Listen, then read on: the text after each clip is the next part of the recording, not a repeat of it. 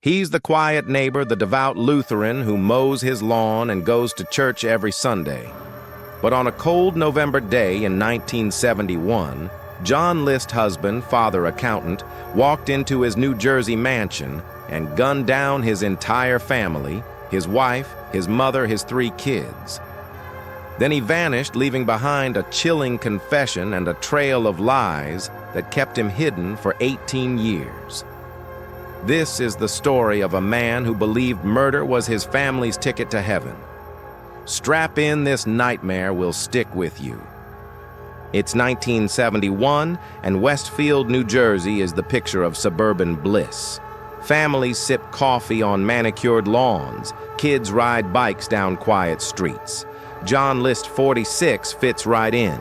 He's a buttoned-up accountant, a war vet, a family man with a wife, Helen, 3 kids, Patricia John Jr., and Frederick and his elderly mom, Alma, all living in a 19-room mansion called Breeze Knoll. But behind the crisp suits and Bible study, John's world is crumbling. He's lost his job at a bank, drowning in debt, and too proud to admit it. Every morning, he puts on a suit, kisses Helen goodbye, and heads to the train station not to work, but to read newspapers in a coffee shop, pretending life's fine. John's a planner obsessive, the kind of guy who folds his socks with military precision.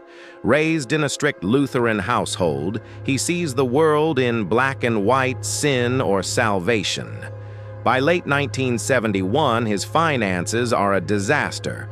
Mortgage payments, missed creditors, circling. He's been siphoning money from his mom's account, forging checks, lying to everyone. To John, poverty is a sin, a one-way ticket to hell. He starts to believe there's only one way to save his family's souls, send them to heaven, before they fall into ruin.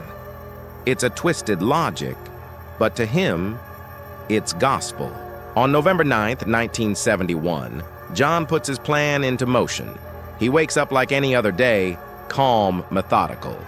Helen, 46, is sipping coffee in the kitchen, her health frail from years of drinking and illness. John grabs his father's 9mm Steyr pistol, and a Colt .22 walks up behind her and shoots her in the back of the head. She slumps over coffee mug, still warm. Next, he climbs the stairs to his mom, Alma, 84, frail, and living in the attic apartment. One shot to her temple and she's gone. The kids are at school, so John waits cleaning the guns, eating lunch as if it's just another Tuesday. Patricia, 16, and Frederick, 13, come home first. Patricia's a drama kid full of sass and dreams of acting. Frederick's quieter, a straight-A student. John lures them to the mansion's ballroom, a cavernous space with stained glass windows. He shoots each in the back of the head, their bodies crumpling onto sleeping bags he's laid out like a twisted stage. John Jr., 15. The athlete gets home last from soccer practice. He fights back, but John's relentless pumping multiple rounds into his son's chest and head. 5 bodies, 5 bullets, one chilling plan. John doesn't run yet.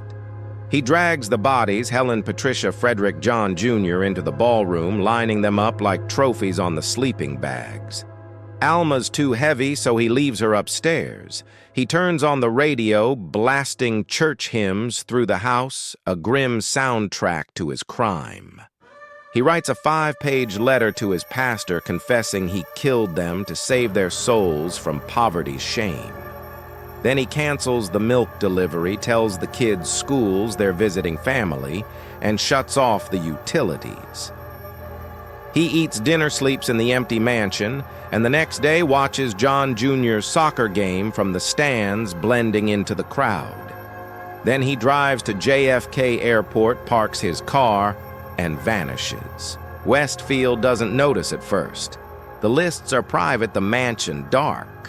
It's not until December 7, 1971, almost a month later, that neighbors get suspicious. Lights are off the house, silent.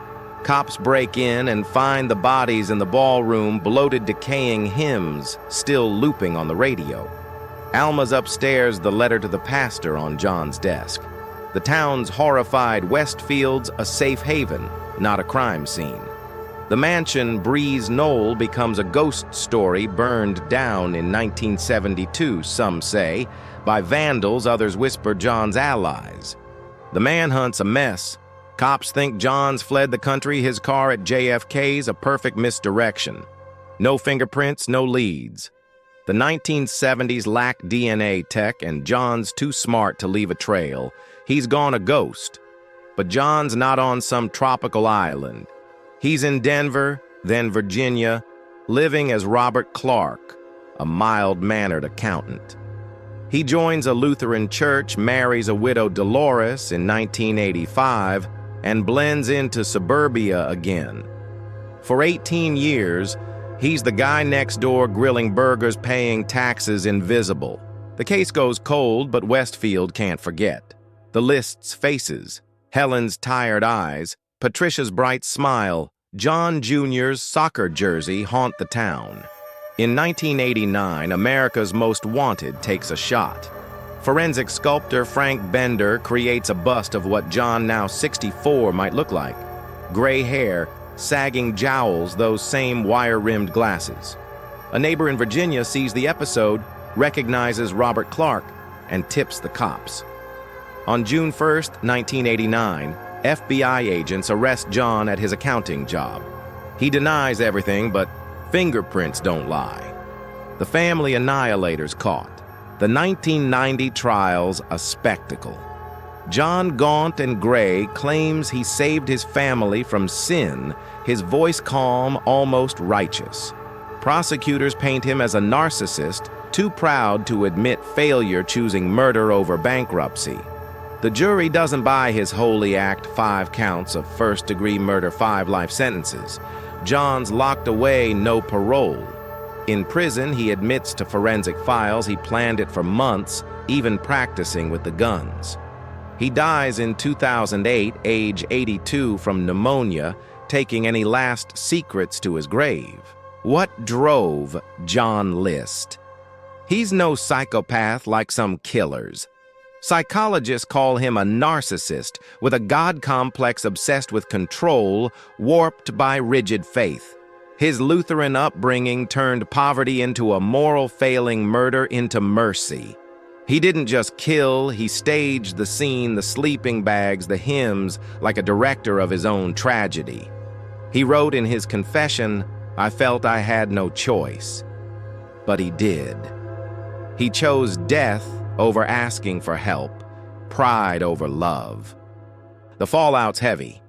Westfield's innocence dies with the lists.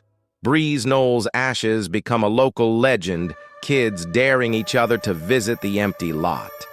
Families double-check their locks, wary of quiet neighbors.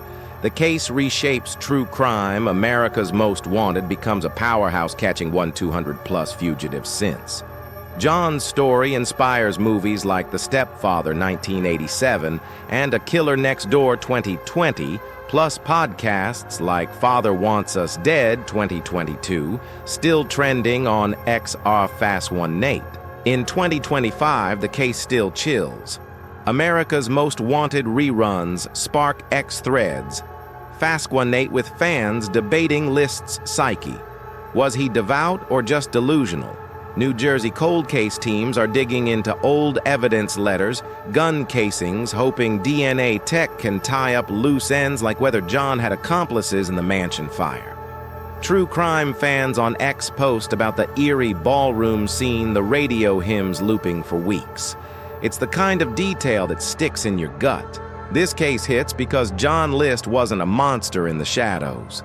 He was the dad coaching Little League, praying in church, hiding a darkness nobody saw. Helen, Patricia, John Jr., Frederick, Alma, they trusted him, and he betrayed them in the coldest way. How does a man justify that? Could someone like him live next door today? Drop your thoughts in the comments. We're a small channel chasing 1,000 subs, diving into cases like this every week. Hit subscribe, share this twisted tale, and join our true crime crew. Let's keep their stories alive.